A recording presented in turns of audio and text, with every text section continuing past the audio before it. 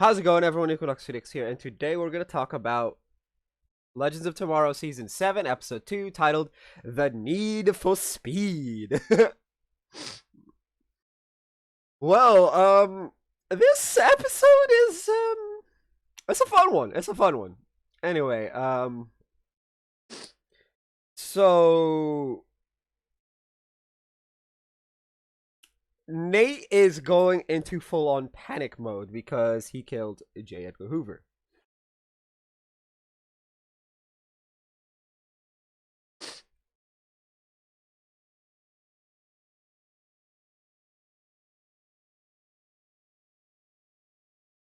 Now, they then find out that Hoover's supposed to be on a train to New York right now. So Nate becomes J. Edgar Hoover, quite literally, via the magics. Because Gary can, cast spells and whatnot. He was Constantine's apprentice. Though, when asked about it, he says he needs a piece of DNA from J. Edgar Hoover, and then he proceeds to cough up a hairball. Now, in order to avoid suspicion, Sarah and Ava go.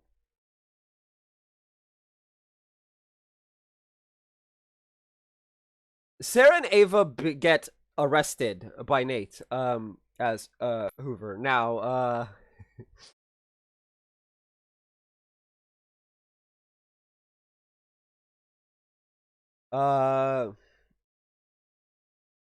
they make it into the honeymoon suite. They're gonna hunker down. Now, unfortunately, oof.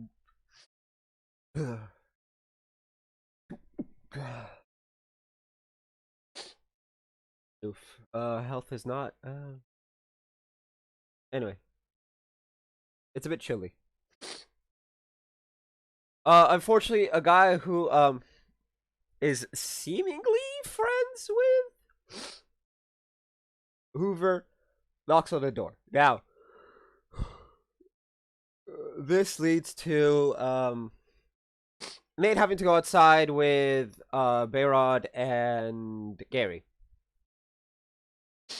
Now, we also find out that Hoover, while very important to history, he's also a massive asshole. So,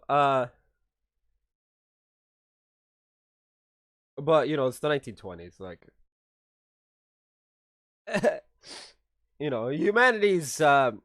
humanity struggles to be good now in the 2020s. The 1920s was way worse.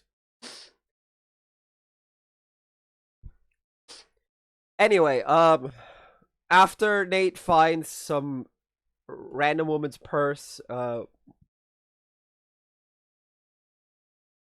we find out that someone's planning on kidnapping Hoover. Obviously, they assume the Russians. It's not the Russians. It turns out that the friend of Hoover's is actually working for Al Capone.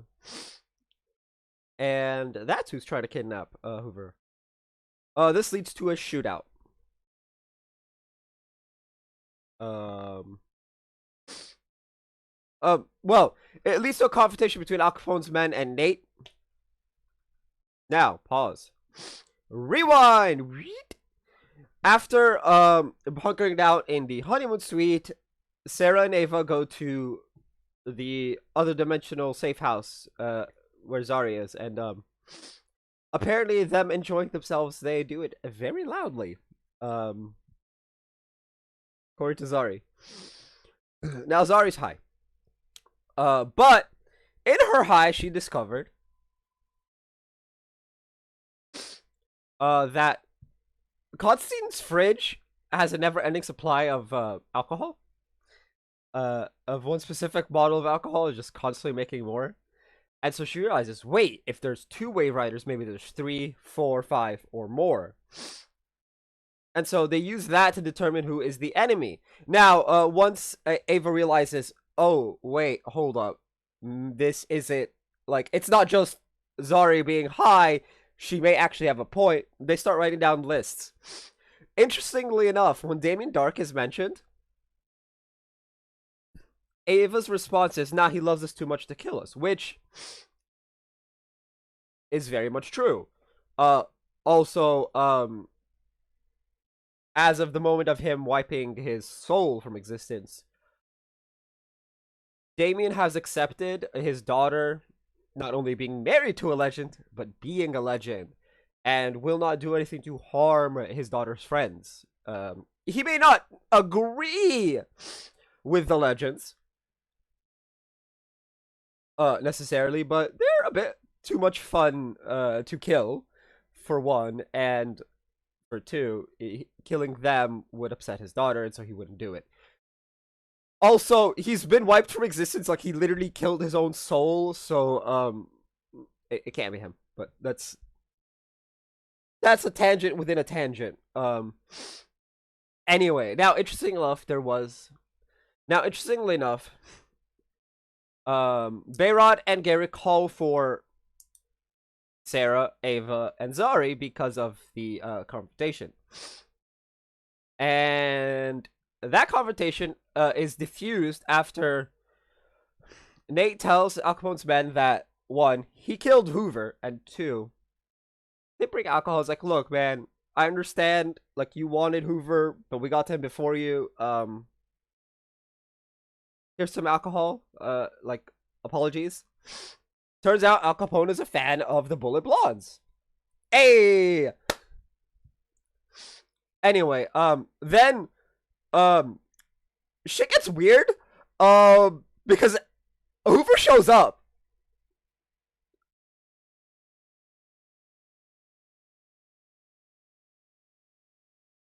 Yeah, that pause is necessary because what the fuck?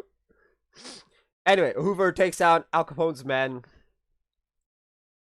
Except, no, he takes down, like, I think almost all, if not all, of Al Capone's men that are there. And then Sarah just goes like League of Assassins, like badassery on Hoover, and just smashes the bottle that had robot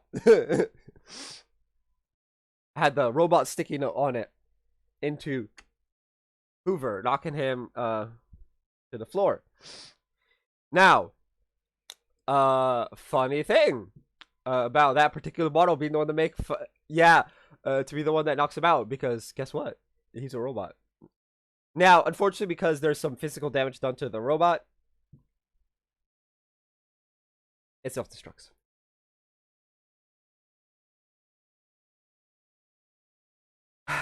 And that would be that. Would it not? Except we're missing one thing. Spooner, Astra, and Gideon. So Gideon is struggling to speak in the human body. She's like trapped, trying to communicate, unable to. Astra just goes off on Gideon, causing Gideon to what is essentially do the commit the Sudokus. I'm not gonna say the actual word for it. One, it's a big no-no word on YouTube, and two, it can cause some issues for certain people. So we're gonna stick with Kermit the Sudokus. We're gonna go full Twitch meme on it. Sort of. She kind of.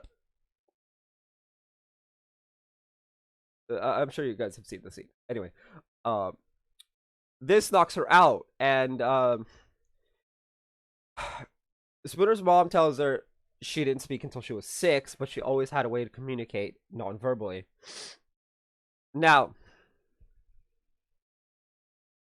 Spooner grabs onto, not like violently, like she just puts her hand on Gideon's arm, upper arm, and manages to create a psychic link with Gideon. Now, when Spooner puts her the other hand on Gideon, that link fully gives Gideon the ability to speak. But they realize that Gideon's actually inside. Like, she's trying to communicate, but she manages to come out and say that the legends, if the three of them don't make it to New York before the legends will die. And that is the episode. Wow, that is a lot of stuff. Yikes. This episode was many things. Anyway, but yeah, that is the episode. Like I said, it was a fun one. Nate as Hoover, Sorry being high, Gideon being non-verbal for